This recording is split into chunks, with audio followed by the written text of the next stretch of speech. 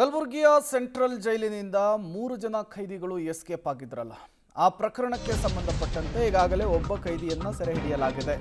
ಮತ್ತಿಬ್ಬರಿಗಾಗಿ ತೀವ್ರ ಹುಡುಕಾಟವನ್ನು ಪೊಲೀಸರು ನಡೆಸ್ತಾ ಇದ್ದಾರೆ. ಬಟ್ ಈಗ ಇಬ್ಬರು ಖೈದಿಗಳಿಗಾಗಿ ಪೊಲೀಸರು ತೀವ್ರ ಹುಡುಕಾಟವನ್ನು ನಡೆಸ್ತಾ ಇರುವಂಥದ್ದು. ಮಸ್ತಾನ್ ಮತ್ತು ಸಾಗರ್ನಿಗಾಗಿ 3 ಜಿಲ್ಲೆಗಳಲ್ಲಿ ಹುಡುಕಾಟ ನಡೆಸ್ತಾ ಇದ್ದಾರೆ. ನಿನ್ನೆ ಫೈರಿಂಗ್ ಮಾಡಿ ಸಂತೋಷನನ್ನ ಪೊಲೀಸರು ಬಂಧಿಸಿದ್ರು. ಇನ್ನುಳಿದ ಇಬ್ಬರು ಖೈದಿಗಳು ಬೀದರ್ ಯಾದಗಿರಿ ಜಿಲ್ಲೆಯಲ್ಲಿ ತಲೆಮರೆಸಿಕೊಂಡಿರುವಂತಹ ಶಂಕೆ ಇದೆ. ಜೈಲಿನ ಕಾಂಪೌಂಡ್ ಅನ್ನು ಹಾರುವಾಗ ಕಾಲಿಗೆ ಗಾಯ ಮಾಡಿಕೊಂಡಿದ್ದಂತೆ ಓರ್ವ ಖೈದಿ.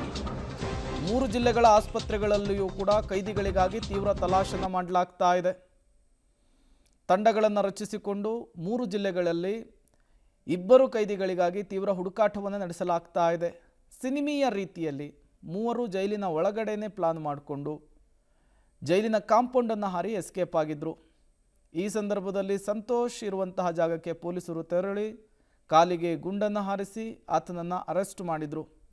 ಇನ್ನಿಬ್ಬರು ಎಲ್ಲಿ ಹೋಗಿದ್ದಾರೆ ಅನ್ನೋದು ಗೊತ್ತಾಗ್ತಾ ಇಲ್ಲ. ಅದರಲ್ಲಿ ಒಬ್ಬ ಖೈದಿಗೆ ಕಾಲಿಗೆ ಪೆಟ್ಟು ಬಿದ್ದಿತ್ತಂತೆ. ಹಾಗಾಗಿ ಯಾವುದೋ ಒಂದು ಸ್ಥಳೀಯ ಆಸ್ಪತ್ರೆಗೆ ಹೋಗಿ ಟ್ರೀಟ್ಮೆಂಟನ್ನು ಪಡೆದಿರಬಹುದು ಅನ್ನುವಂತಹ ಅಂದಾಜಿನ ಮೇರೆಗೆ ಆಸ್ಪತ್ರೆಗಳಲ್ಲೂ ಕೂಡ ತೀವ್ರ ಎನ್ಕ್ವೈರಿಯನ್ನು ಮಾಡ್ತಾ ಇದ್ದಾರೆ ಪೊಲೀಸರು ಅನ್ನೋದು ಗೊತ್ತಾಗ್ತಾ ಇದೆ. 3 ಜಿಲ್ಲೆಗಳಲ್ಲಿ ತೀವ್ರ ಹುಡುಕಾಟ ಇಬ್ಬರು ಖೈದಿಗಳಿಗಾಗಿ ಪೊಲೀಸರು ಮಾಡ್ತಾ ಇದ್ದಾರೆ. ಮತ್ತೊಂದು ಕಡೆ ನಿರ್ಲಕ್ಷ್ಯ ವಹಿಸಿದಂತಹ ಜೈಲು ಸಿಬ್ಬಂದಿಗಳ ತಲೆದಂಡಕ್ಕೂ ಕೂಡ ಈಗಾಗಲೇ ಮುಂದಾಗಿರುವಂಥದ್ದು. ಈಗಾಗಲೇ ಮಸ್ತಾನ್, ಸಾಗರ್, ಸಂತೋಷ್ 3 ಕೂಡ ಜೈಲಿನ ಒಳಗಡೆ ಇಟ್ಕೊಂಡೇನೆ ಪ್ಲಾನನ್ನು ಮಾಡಿಕೊಂಡು ಕಂಬಿಗಳನ್ನು ಮುರಿದು ಗೇಟನ್ನು ಹಾರಿ ಹೊರ ಹೋಗಿದ್ದು.